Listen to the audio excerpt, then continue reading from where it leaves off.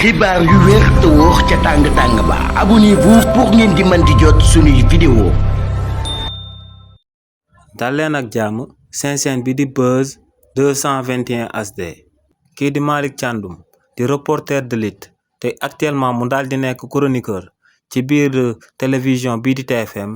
ginnaaw ba député bii di Guy Marius Sagna dugalee benn proposition de résolution ngir ñu daal di topp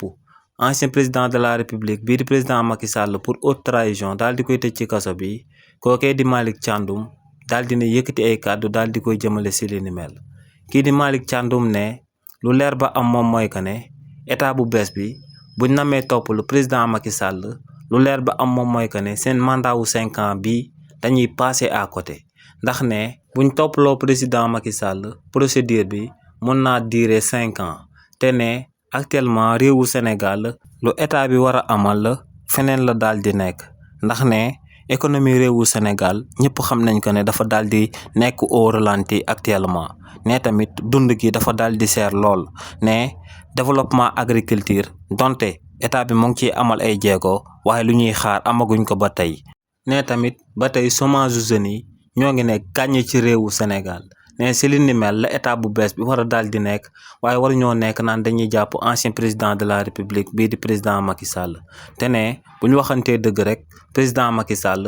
ci bépp réewu àdduna bi dañ ko considéré comme akub nit ku exemplaire ki nga xam ne bis bu demee foofu dañ koy daal di rouleel tapis rouge bi mu daal di siy jàll donc ne kookee di président Macky Sall buñ ko laalee li ni mel sax day delloo bu baax démocratie réewu Sénégal ci ginnaaw kàddu yooyee nag kookee di Malick Thiandoum daal di yëkkati ku ci amal akub ñàngat di nga gis ne kàddu yooyee xaajul bay dëppoog lu am ndax kookee di président Macky Sall bu génnee ci bitim réew ñu ko fay rouleel ay tapis rouge mu ciy daal di aw loolee waa bitim réew la daal di concerné waaye waa réewu Sénégal bi nga xam ne lu tolloo 80 personnes daal di nañ leen ci boom seeni doom waaye tamit lu tolloog 1000 détenus tëjoon nañ leen ci kaso bi ñooñee boo leen waxee ci président Macky Sall ñooñee ci wàllu boppam ñoo lay wax que ne président Macky Sall place am ci kaso bi la donc kookee di président Macky Sall lu war a am moom mooy dañ ko war a daal di toppalu daal di koy jàppalu daal di koy tëj ci kaso bi te li ni mel état bi yoonam du ci daal di nekk ndax justice réewu Sénégal moom mooy jouer rôle boobee état bi nekk di jéem a développé yeneen secteurs yi nga xam ne moom la kookee di Malick Thiandoum daal di wax te incha allah ndam rek la ci état bu bees bi di am.